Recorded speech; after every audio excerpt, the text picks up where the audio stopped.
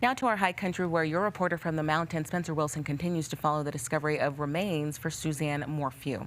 More than 3 years after her disappearance, her remains found in Moffett, that's about 45 minutes south of our Salida, where she lived.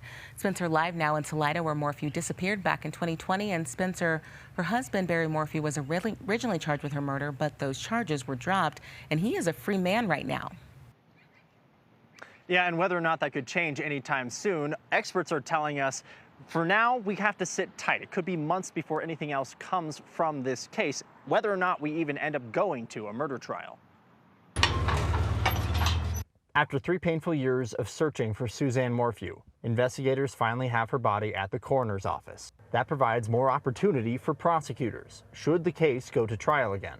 It's very difficult to prove a murder case without a body. Now that authorities have a body, there's going to be a lot of investigative work that needs to be done. And that work could take months. Without guarantee, there will be bombshell information found alongside the body, which could have been out there for years at this point. You're probably, going to have less than ideal circumstances and materials that can be tested and recovered. However, there's still going to be a lot of information revealed by those remains, even if they're skeletal with some clothing.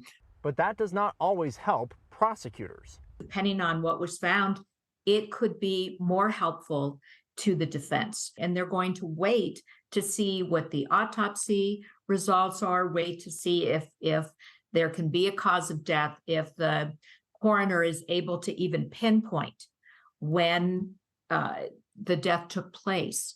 All of those things. But as for justice for Suzanne Morphew and the reason she was found out there, almost 50 miles from where she was last seen, experts tell us it will likely be a while before we see an arrest, if we do, especially after last try.